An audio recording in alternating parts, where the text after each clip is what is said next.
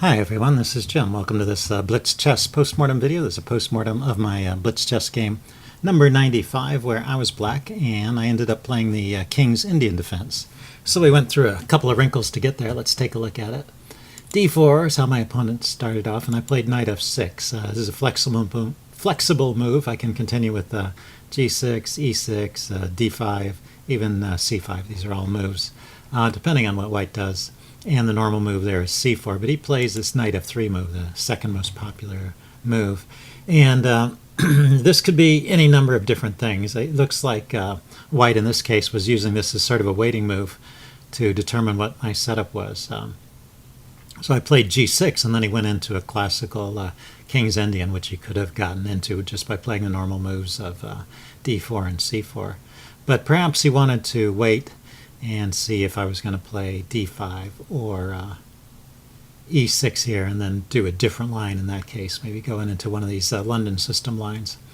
But I play g6 here, and because I am a little bit worried that he's going into the London system and want to be able to play some kind of aggressive counterattack on the London system with a bishop on g7 and a pawn on c5. But when he sees this g6 move, then he switches gears and goes back into just a traditional setup here. So now we have, after castles and e5, this is the classical line of the King's Indian. So white has a number of choices here. Most common is castles, and that continues the main line of the classical King's Indian. And bishop e3, just defending that d-pawn with the bishop and exposing it to the knight attack on g. The knight can go to g4 there to harass that bishop when you play bishop e3. That's known as the Gligorich system. Kasparov, I've seen him play that. d5 is the Petrosian system. D takes e5 is what we got in the game. I'll call that the exchange variation. And then bishop g5, I'm not so familiar with that, and h3. H3 is the Makaganov system. I think the idea is, well, if you've seen Chess Explained, if you've seen his chess channel, he plays this. So he plays h3, and then he follows up with bishop e3, and then the idea is the knight can't go to g4 to harass that bishop. So it is a move, not too common there. So d takes e5, which was played. Sometimes Chess Explained will play this way too. He says it gives white a slight edge. I couldn't find a name for this that's particularly well known. The Wikipedia article called it the exchange variation, very, very prosaic. And in the ECO is called the Anderson variation, but I haven't seen other people refer to it that way. So we'll just call it that move, where he takes in the center and the queens come off, leading to kind of a dull game. But there's still some interest. Like it's a chess game, and you've got to defend accurately or you're going to go down. And he follows up bishop g5 the most accurate way, putting the pressure on that knight and pinning it to the rook. And the most common move here is rook e8, which not only unpins the knight but also defends the e-pawn, which is under attack. The move I played is c6, and I was surprised coming here to find that actually c6 is not a bad move. You see, it's one of the moves that the computer thinks is okay. So the thing with c6 is that white can grab that pawn, but it's difficult for him to hold it. And you'll see that this is a common theme in the King's Indians. For example, well, if it weren't for the rook here, the knight could move right away, grabbing that pawn, because there's a discovered attack on the knight on e5. So the pawn on e5, even though it seems to be hanging, is actually pretty safe. And c6 is a good move because it keeps the knight from coming in here. So I think my opening experiment there, since I had no idea what I was playing, and I played that move without noticing that my e-pawn was under attack. So it's better to be lucky than good sometimes. So my opening experiment there is okay. Rook e8 is the right way to play it. And then just castling queenside is the move here. And it looks like we're still in an opening book line of some sorts. And then maybe I was a little too quick to re-grab that pawn. I played knight takes e4, winning the pawn back. And it's one of the moves here. But the engine thinks knight a6 is the best move. I guess you want to get your development going. So it makes sense from that point of view. And you do have a problem with a weak back rank. So you can't just take that knight. You know, it may look to you like the knight is hanging, but rook here check would be pretty embarrassing. Because after the check, you have to defend with the bishop. The king has no moves, and then bishop to h6 wins a piece, I guess. Or maybe it mates. Anyway, it looks pretty nasty. So you don't want to do that. But taking on e4 is doable. So, I played that. So, but it's just not the best move. It looks like knight a6 is the best move there. But I played knight e4. And then we're pretty much through with the opening book there. So let's just look at the notation tab. I'm going to leave the chess engine on. There was no great tactical opportunity, but there were a couple lines that were worth looking at with the engine. So we'll leave the engine on. Check it out. No, tactical quiz opportunities, I meant. So I get my pawn back, and white has this typical opening advantage. And I guess one reason why he has an advantage still is because he can grab the bishop pair. I've got the two bishops, he's got the two bishops. But after this move, knight to d6, which actually the computer didn't give that as the top move, but it's one of them, one of the good moves there. I'm going to lose one of these bishops. I'll either exchange the knight and give up that bishop, or move the rook and give up this bishop for the knight. So I'm going to lose the bishop pair. I chose to go this way because I didn't like the idea of my rook being harassed anymore. Losing more tempos with the rook.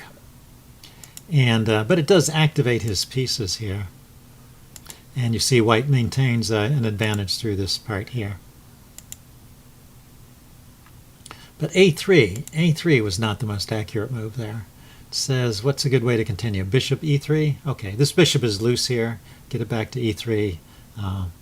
Maybe control the square c5. But he plays a3, and that allows me to play knight c5, which would have been out of the question. And now this knight can come back into the game with some effect. And you see, we stay in the range of slightly better for white.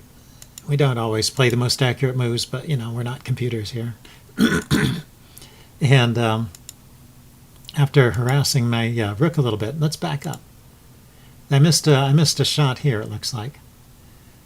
So, yeah, I couldn't find a better move. I did think about the move knight c5, so let's explore this and see why the engine thinks this is so good for black. Knight c5, rook to f4.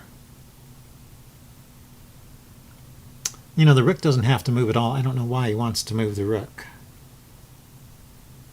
Am I threatening something with the knight? Oh, I'm threatening a check here. Ah, that's what I missed. Okay. Knight, the knight on c5 threatens this check. So maybe, how about, oh, and the rook can't go back to e3, which you might like to do. How about lifting this rook to e3? No. Neither rook can go to e3. This square is hard to protect. How interesting. Okay, so rook f4. And now bishop to f5. And this knight knight b3 threat is very strong here. It's actually threatening mate because the bishop has cut off all these squares. So rook takes f5. So that's pretty interesting, winning the exchange and messing up my pawns. So it's about a one-pawn advantage. So okay, so let's back up and take a look at that. So in this position, I have the idea of knight c5 threatening to come to b3 and forking, not that one, forking the king and the rook. And after that rook moves, then I go with my bishop to f5, cutting off these squares from the king, and again threatening knight b3, which in this case threatens checkmate. So pretty interesting. So this knight here and this rook and this bishop are combining to form some interesting threats based on the position of white's king there, not having gone to safety. Okay, so I just went back to, no, I didn't go there. I went back to f6. And now white has a slight advantage. Sorry, let's go forward. h4, h6, and bishop f4 was not the most accurate move. It says he should have just taken the knight there and maintained some sort of rough equality. Now black gets a little bit of an upper hand here. Bishop f5 is a good move. Oh, let's back up. There's one more question I had here. I remember during the game, in this position, after rook f4, I was thinking about the move bishop f5, because I did recognize this is a good post for the bishop. But I just thought he could chase it off of there immediately with the move g5, g4 rather, g4. So after g4, what can I play? Knight to h5, hitting the rook, or rook takes e2. Okay, I was thinking rook takes e2, so they're about the same. G takes f5, and now knight e4, hitting the bishop. h4 defending, h6 hitting the bishop. Now bishop to e7. Okay, yeah, so this is, I thought he was going to kind of mess up my king side here with these advanced pawns, but it looks like with this knight e4 move harassing his bishop, it looks like I have enough for equality here. Knight takes f2 even is threatened. I can win this pawn.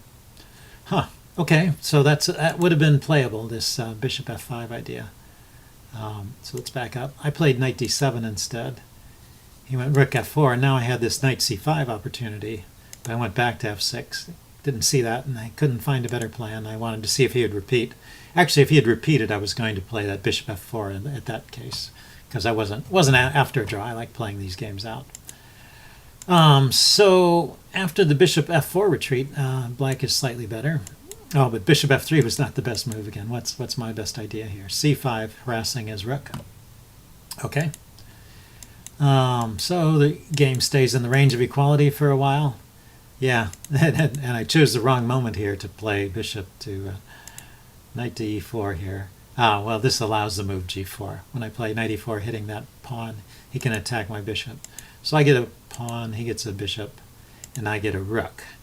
And this is slightly better for white.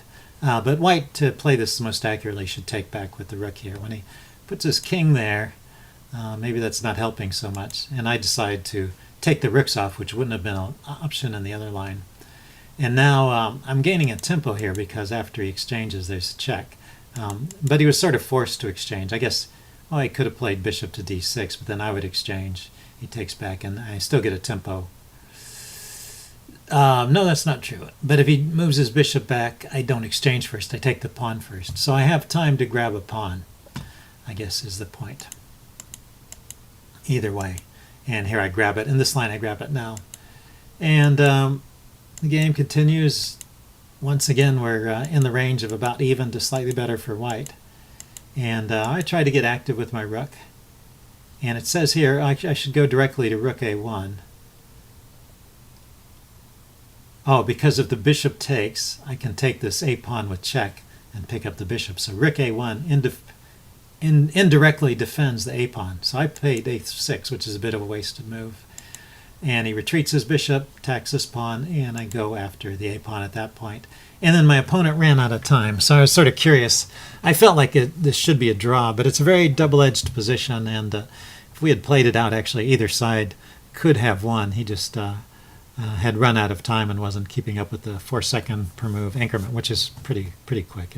It's tough to play that in a game where there's stuff to think about. So anyway, yeah, the game ended here with my opponent running out of time. See, slight edge for black, but it would be tricky because white's going to get a passed pawn, and I'm going to get a passed pawn over here, and it's going to be kind of a race. No knowing who's going to actually win till you play it out. Okay, hope you guys enjoyed that. Leave any comments you have in the section below, and I'll see you again later. Bye.